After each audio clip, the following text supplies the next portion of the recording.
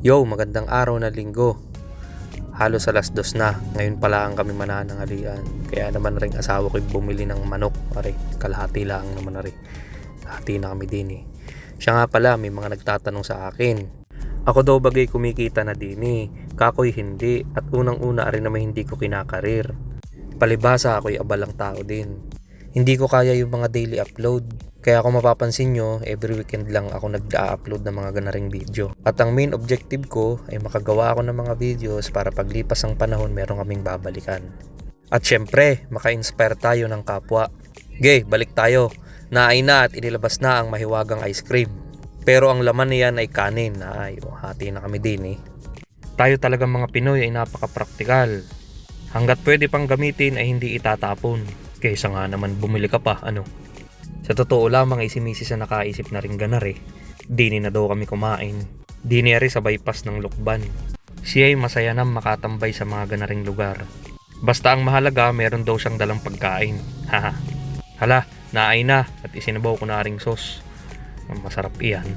Kung mapapansin nyo kami dadalawa kasi yung mga anak namin ay nasa aking bianan. Nagpatid siya kahapon. Gana rin nga pala ang itsura din eh. O ayan o, palayan pare. Buti magandang panahon, maulap. At saka malamig pala din sa amin, palibasa nga mataas na lugar ay. Nasa paanan baga ng bundok. At dahil wala tayong dalang camping chair, ay diyan ka muna sa gutter. Enjoy ka dyan. Yung mga ganaring banding ay matagal na namin ginagawa. Daan nga lang, ngayon ko nga lang naisip magganari. Yung gumawa ng mga video ba.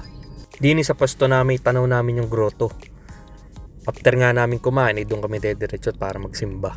Para sa inyong kaalaman, date na namin mag-asawa. Palibasa hindi kami nakapag-date noong February 14 at ako nga ay nasa conference noon. Sa ganaring pamamaraan, ay kami masaya na. Kampay. Isa sa mga simpleng taong nakilala ko ay ang aking asawa. Hindi mo kakikitaan ng arte sa kilos, pananamit at pananalita. Ilan yan sa mga katangiang nagustuhan ko sa kanya. Kaya proud ako na ikaw ang aking asawa. Walang perpekto sa buhay may relasyon. Kailangan tanggap niyong dalawa ang kahinaan ng bawat isa. At kayo din ang magpupuno sa mga pagkukulang niyong dalawa para mas maging matibay ang inyong pagsasama. Kung saan kayo madalas magkasundo, yun lagi ang paglaanan niyo ng oras. Gaya ng ganaring banding namin, hindi man mamahalin o magarbo. At di ni kami madalas magkasundo, ay mas lalo naming pinaglalaanan ng oras.